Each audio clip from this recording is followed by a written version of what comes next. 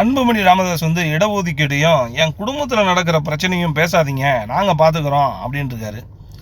முதல்ல குடும்ப பிரச்சனையை பேசணும்னா அதை மாநாடு போட்டு ஊருக்கே பேசி முடிச்சிட்டீங்க. இன்னும் யாரும் பேசுறதுக்கே இல்லை. உங்களோட கூத்தும் கும்மாளமும் ஊருக்கே தெரிஞ்சு போச்சு. அது வேற பிரச்சனை. இடஒதுக்கீடை கேட்டிருக்காரு. இடஒதுக்கீடு எப்படி கேட்குறாருன்னா, இத்தனை டிஜிபி இத்தனை எஸ்பி இருக்கிறாங்க, இதில் இல்லை ஒரு வன்னியர் கூட இல்லை, ஒரே ஒரு வன்னியர் தான் இருக்கிறாரு அப்படின்றாரு.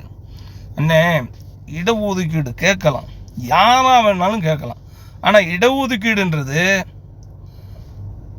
அரசாங்க பணி. இங்கே தமிழ்நாட்டுக்குள்ளே இருக்கிற அரசாங்க பணியில் ஒரு பேருந்து நிலையமாக இருக்கலாம், ஒரு அரசு மருத்துவமனையாக இருக்கலாம், இல்லை ஒரு நீதிபதி கோர்ட்டாக இருக்கலாம், இல்லை அரசாங்க பணி எங்கெங்கே நடக்குதோ அங்கே எல்லாம் நீங்கள் இடஒதுக்கீடு கேட்டால் பரவாயில்ல.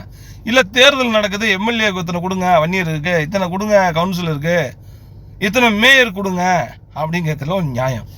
ஏன்னா டிஜிபி ஐஜிலாம் வந்து வன்னிய சமூக இடஒதுக்கீட்டில் கொடுக்குது. ஒவ்வொருத்தரும் படிச்சுட்டு வரானே, அதுக்கு ட்ரைனிங் எடுத்துகிட்டு வரான். இராணுவ வீரராகட்டும், டிஜிபி கலெக்டர் இவங்கெல்லாம் வந்து படித்து தேர்வின் அடிப்படையில் எழுதி அதுக்குன்னு ட்ரைனிங் போய் அதுக்குன்னு ஒரு ஆஃபீஸர். சும்மா போனோடனே நீங்கள் வன்னியர் நாளைக்கு போய் கோட்டையில் சந்திச்சா 2 டிஜிபி 2 ஐஜி அப்படி கையெழுத்து போட்டு கொடுத்துடலாமா? ஏற்கனவே சட்டம் ஒழுங்கு சொல்ல முடியாத அளவுக்கு அதில் பாதாளத்தில் பாஞ்சிக்கிட்டு இருக்கு. இதில் இடஒதுக்கீட்டில் நீங்கள் வன்னிய சமூகம் அது ரெண்டாவது என்ன, எலெக்ஷன் டயத்தில் மட்டும்தான் இடஒதுக்கீட்டை பற்றி பேசுகிறீங்க. வருடத்தில் ஒரு நாளை குறிப்பிடுங்க.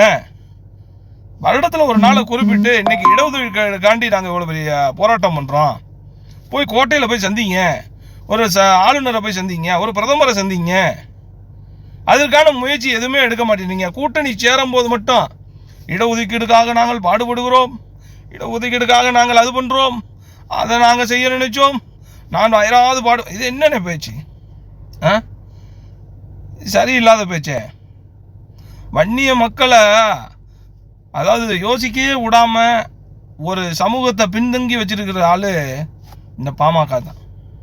அவர் என்ன சொல்றாரு, நீ வீடு சென்ட்ரிங் வீடும் கார் வச்சிருக்கிறது என்னால தான், நீங்க எல்லாம் இன்னைக்கு வேஷ்டி சட்டை போட்டு வந்து நிக்கிறீங்கன்னா அது என்னால தான் அப்படின்ட்டு நாங்கள் இதை ஒதுக்கிற்காண்டி போராடுறோம்.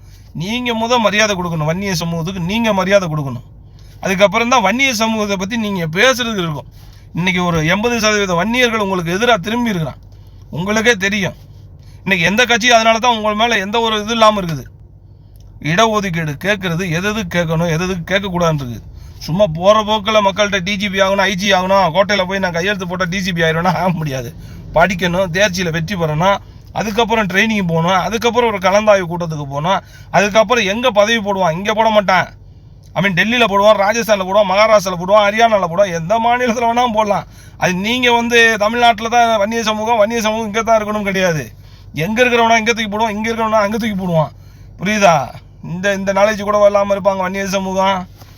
என்ன நீங்கள் பேசுறீங்கன்னு புரியலை. கலெக்டராக இருந்தாலும் அப்படி தான், ஐஏஎஸ்ஸாக இருந்தாலும் அப்படி தான். பரீட்சை எழுதலாம், வெற்றி பெறலாம், தேர்ச்சி பெறலாம், எல்லாம் வரலாம். ஆனால் மாநில அரசு எந்த இடத்துல போஸ்டிங் போடுதோ அங்கே தான் போய் போஸ்டிங் வாங்க முடியும், அங்கே தான் போய் வேலை செய்ய முடியும். சரியானே? வன்னிய சமூகத்தை ஏமாத்திக்கிட்டே இருந்தீங்கன்னு வச்சுங்க, அது ஒரு நாள் உங்களுக்கே ஏமாற்றமாயிரும். இந்த தேர்தல் அநேகமாக உங்களுக்கு ஏமாற்ற தேர்தலாக தான் இருக்கும்.